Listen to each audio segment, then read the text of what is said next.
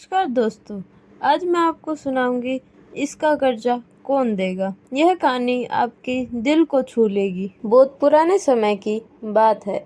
एक गांव में एक भले आदमी गंगाराम का देहांत हो गया था।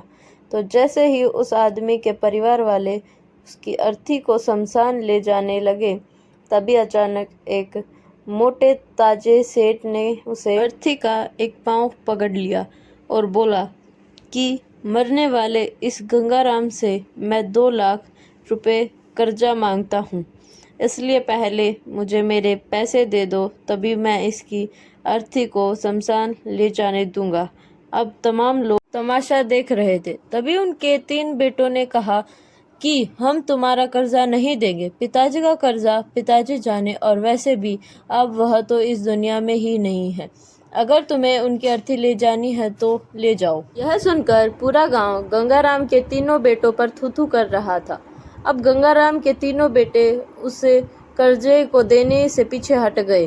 तभी गंगाराम के भाइयों ने भी कह दिया कि जब कर्जा बेटे नहीं दे सकते तो हम क्यों किसी का कर्ज भरे। अब गंगाराम की अर्थी को वहां रुके हुए बहुत देर हो गई थी।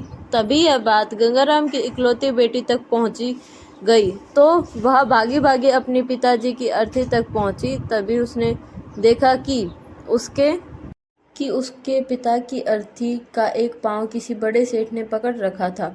यह देखते ही उसने आंखों में आंसू लिए अपने सारा जेवर और जितने भी पैसे उसके पास थे वो उसे दे दिए, और फिर उस सेठ हाथ जोड़ते हुए यह कहा कि सेठ, अगर यह सब जेवर बेचकर भी आपका कर्जा पूरा नहीं हो पाए तो मैं खुद आपका सारा कर्जा चुकाऊंगी, मगर इस समय मेरे पिताजी की अंतिम यात्रा को मत रोको। तभी उसे सेठ ने गंगाराम की अर्थी का पाँव किसी और को पकड़ाकर उसकी बेटी के पास आकर बोला कि मुझे माफ़ कर दो बेटी, दरअसल बात यह है कि मुझे गंगाराम से 2 लाख लेने नहीं बल्कि देने हैं। गंगाराम ने 3 साल पहले मेरी कुछ मजबूरी पड़ने पर अपनी एक ज़मीन बेचकर मुझे यह 2 लाख रुपए दिए थे, और वह तो इतना भला आदमी था कि मुझसे 1 रुपया भी ब्याज नहीं लिया। और आज जब मैं गंगाराम के रुपए लौटाने आया हूँ तो मुझे यह खबर मिली कि उनका तो देहांत हो गया। इसलिए मैं बड़ी ही सोच में पड़ गया था कि अब यह रुपए मैं किसको दूँ। इसलिए मैंने यह खेल खेला था कि गंगाराम जी के यह 2 लाख रुपए घर के एक सदस्य के पास जाए जो वाकई में उनको प्यार और उनकी इज्जत करता हो। और बेटी, आज तुमने यह साबित कर दिया कि अपने माँ बाप को एक बेटे से बहुत ज़्यादा एक बेटी ही प्यार करती है, इसलिए यह 2 लाख रुपए मैं तुम्हें सौंपता हूँ। काश तुम जैसी बेटी हर घर में हो जो अपने पिता की इतनी इज्जत करती है।